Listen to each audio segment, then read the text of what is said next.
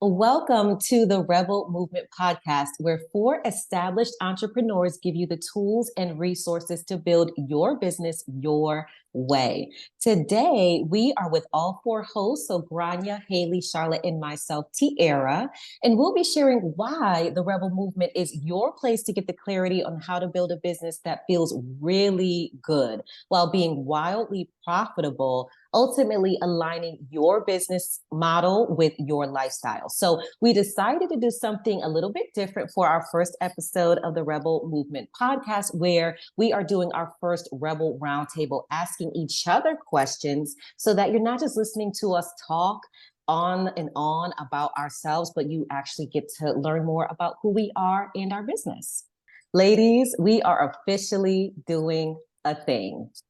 So Tiara, I have a question for you. How did human design help you find the confidence and certainty to burn your seven-figure business to the ground and start a new business from scratch? So the main thing I will say when it comes to human design and coming out of my second long-term relationship with a narcissist was learning to trust myself again. Because ladies, like, can you feel me coming out of not only a relationship, but a toxic relationship or a toxic situation, whatever that may look like for you, I really didn't trust myself anymore. So not only from a personal standpoint, but also from like a business standpoint, because at the same time, building that seven-figure business, I was in complete 100% hustle mode. All I cared about was making money. And so on the personal side, I'm a shell of myself, right? Just to be in survival mode in that relationship. And then I'm in hustle energy. So I really wasn't even being true to myself any longer. So the beauty of human design as a modality was really learning or relearning, remembering what lit me up, remembering what I was passionate about. Because honestly, when that relationship ended and I walked away from the seven-figure business, the seven-figure home lifestyle, all of that to start over, I really had to relearn the things that I loved. And so tapping into my sacral authority as a generator energy type in human design was so powerful because it gave me a really simple way to say, oh, that lights me up, right? And I always say, like, as my sacral authority for my generators, my fellow generators and manifesting generators out there with the sacral authority, you know, if it's not a hell yes, you don't feel lit up in your sacral, then it's a hell no in the moment. So I was able to really go through, and I will also say this too. For those of you who are learning or relearning your intuition or relearning how to tap into your sacral authority, you can start off with really simple yes or no questions. Like, is my favorite color pink? Is my favorite food, I don't know, pasta, right? And feel into your sacral because you already know the answer. And then you build on that to the bigger decisions in life, your personal relationships, and also in your business. But I would say that has been the most profound thing for me in my human design. And so when I was in my rebuild phase, my first year after walking away from everything, I was able to build back to six figures in about 13 months by just leaning into the cornerstones of my human design. And then I've been building on it ever since. So that's really, really been powerful for me. Wow. I love that. Yes. All right. So I have a question for you, Haley. So when it comes to what has inspired you to help business owners create more spaciousness in their business while maximizing their revenue by blending the offers they already have with passive income options, can you talk a little bit about that? Yeah, absolutely. It's such a powerful question for me because this all stems from, I'd say, my journey and what I had to go through to kind of like shed the past version of myself and step into this version. And for anyone who doesn't know me, who's listening to this podcast, I had a copywriting agency and I'm an ex-copywriter. And I found that I followed a particular roadmap to get there. I did all the things. I was a freelancer. I booked out my clientele.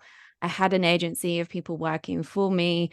And it just wasn't, it didn't materialize, right? It didn't it didn't create that business that I dreamed it would create. It wasn't there. The freedom aspect wasn't there. The day-to-day getting up wasn't there. It was the case of getting up, rushing my breakfast, skipping the gym, being on my laptop for 10 hours a day, and rinse and repeat, like 6-7 days a week. And I just remember thinking, I did not sign up for this.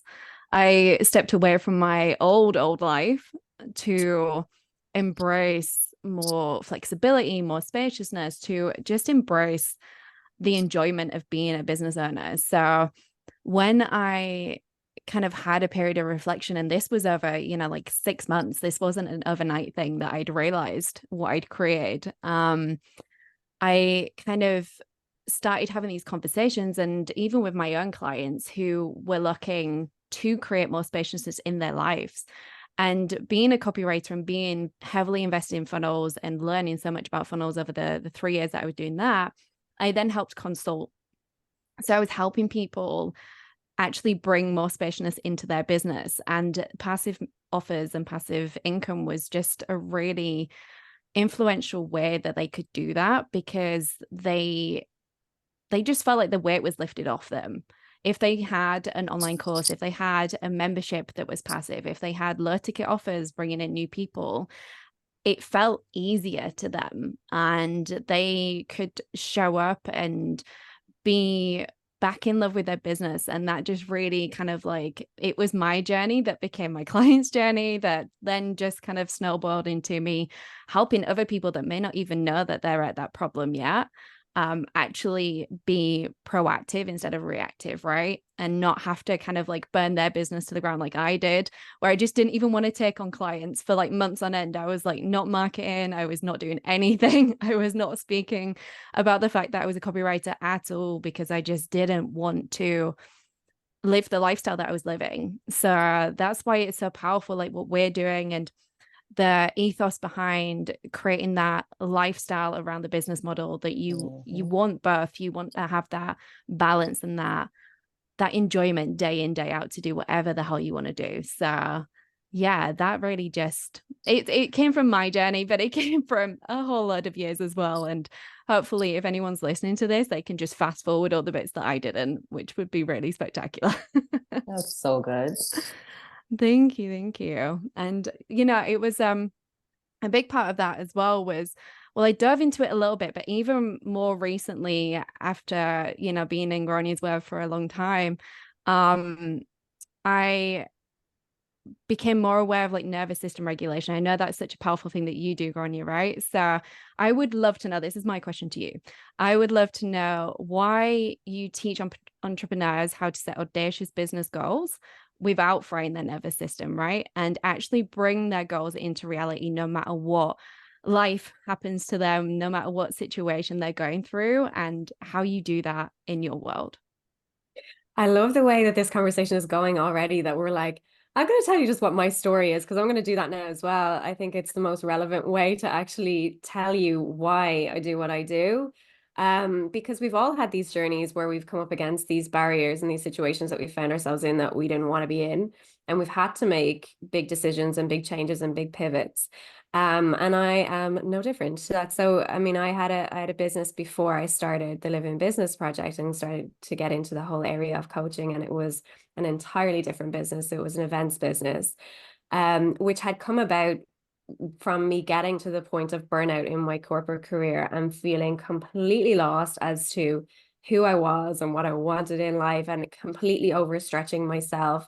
I had gone and done a master's degree at night while I was working in the most toxic environment that I have ever worked in a marketing agency. And so I was working like consistently, pretty much 7 days a week, between doing assignments and projects and all of the things for a master's degree that I didn't even want to be doing. I was doing it because I was like, this is the next thing that I'm supposed to do.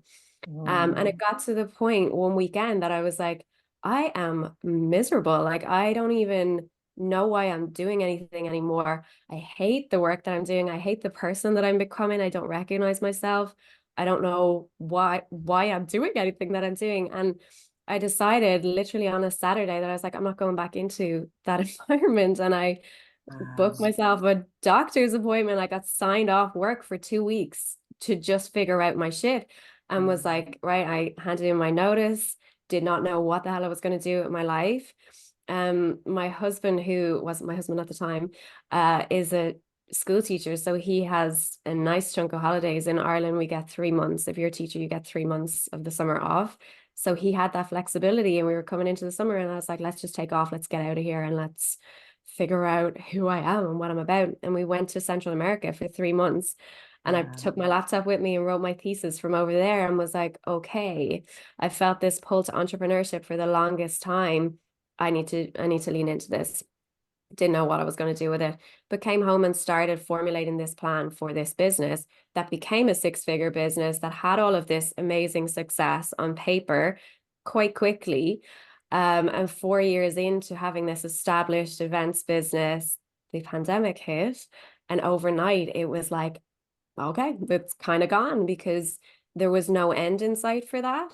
But I look at that as a moment of being like, that was another moment of pause on this journey to get into where I am now. That was like, am I actually happy within this business? And as much as it was successful on paper, there was a lot of behaviors and beliefs and patterns that I brought from my corporate life straight into that business, because we can't change things overnight. So we had ended up working with a lot of clients that were like, they were big clients and they were big budgets, but it was like difficult people to work with, and a lot of pressure and a lot of hustle. And I kind of, when that pause happened with the pandemic, it was this other little light bulb moment of, this isn't the right direction. And at the same time, not at the same time, the year before, I'd had my twin boys, which was obviously a whole other life change that had happened. But they were born very prematurely, and one of my babies had had a brain bleed when he was only a few days old. So we had this whole introduction to neuroscience and studying the brain and figuring out how we could best support him to figure out new ways of developing neural pathways in his brain that like, I did not know that was going to come into my world. But these two things kind of coincided at the same time. And I was like, oh my God, we need to understand how our nervous systems work. We need to understand how our brains work and how it affects everything that we do in life, so that we don't find ourselves going into these situations all the time where we're just repeating these patterns that are making us miserable. And that's where I started the whole process of developing the Living Business Project, of trying to bring the power of neuroscience and nervous system regulation into entrepreneurship, so that we can actually build businesses that feel amazing, that give us this lifestyle balance, and that give us the success that we want, that isn't just success on paper, but that feels successful for us too. So that is why I like to bring neuroscience. I like to bring nervous system regulation in to support women to set these big audacious goals, because it doesn't mean that we have to hold back on going really big and being really ambitious with what we want to do. But there's ways to do that don't move you into these situations where you feel unhappy and you feel lost and you feel like your nervous system is fried. So it's really, really powerful to pair that with your business strategy, and to look at it as a holistic thing. Like, look at it as planning out the way that you want your life to look and the way that you want your life to feel, rather than just, okay, what business model is going to give me the financial return that I want? Yes. So, I don't know if I answered that question, Haley. That was a very long-winded, and you know what? 100%. I'm going to talk about in the podcast. I didn't cover anything there that I was going to talk about. But it was so good. It was so good. But I know that, Charlotte, this is an area that you're really passionate about as well, is the whole embodiment piece and nervous system regulation piece, and really stepping into amplifying who you are. So my question for you today is, how do you help business owners, and especially women? I know you work with mostly women as well. How do you help them to amplify who they are? And with that, then create consistent sales in their business, because you are the sales queen also. Oh, I love this question. So I come from a corporate background, and often what is taught in the corporate world, but also in the online world, entrepreneur world, is you want to learn sales. It's just traditional sales strategy. Like, if you want to make sales in your business, you need to have a sales process in place. You need to find a way on how you attract your people, how to nurture them, and how do you convert them, and have a process in place on how to follow up. And yet, so there's so many people who've learned the traditional ways of selling, online, offline, networking, people following the blueprints, people following traditional ways of selling, and just so few are actually succeeding.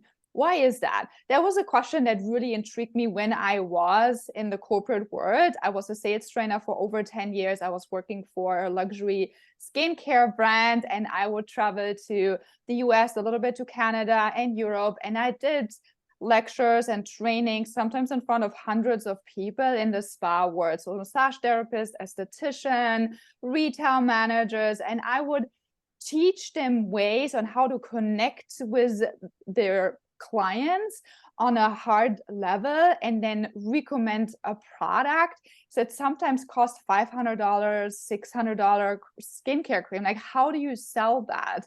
For many of them, it was really difficult. And for me, then it became very clear. It's not just the strategy that they need. It's really how they feel about themselves and how they feel about the product, and how passionate they really are about the whole process will determine if they're making a sale and how much they will be selling eventually. So I became obsessed with the idea, who do I need to become to be a successful salesperson? And in my corporate days, it was really about storytelling and genuinely connecting with my clients, with my audience. And then when I quit that and I actually started my online business, I started in social selling first, built a 6-figure business that way, and then transitioned into sales coaching. I really became obsessed with the whole embodiment piece. And for me, it's really understanding who you are and building this deep trust in yourself and building confidence and certainty in who you are. A little bit what all of you were also talking about, Tiara in particular, this human design. That was for me also a huge light bulb moment, really understanding who I am and how to make decisions from a very empowered place. Because the truth is, so often we make decisions from a place of, who do I need to be, or how should I be in order to have X result, right?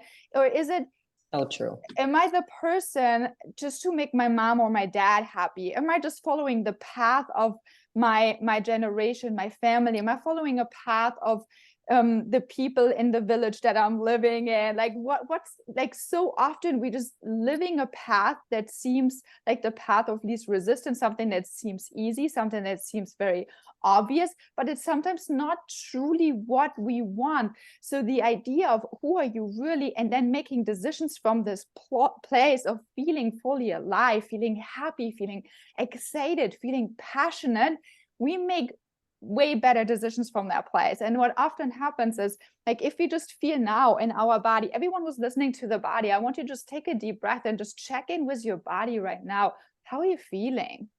Where are you holding tension in your body?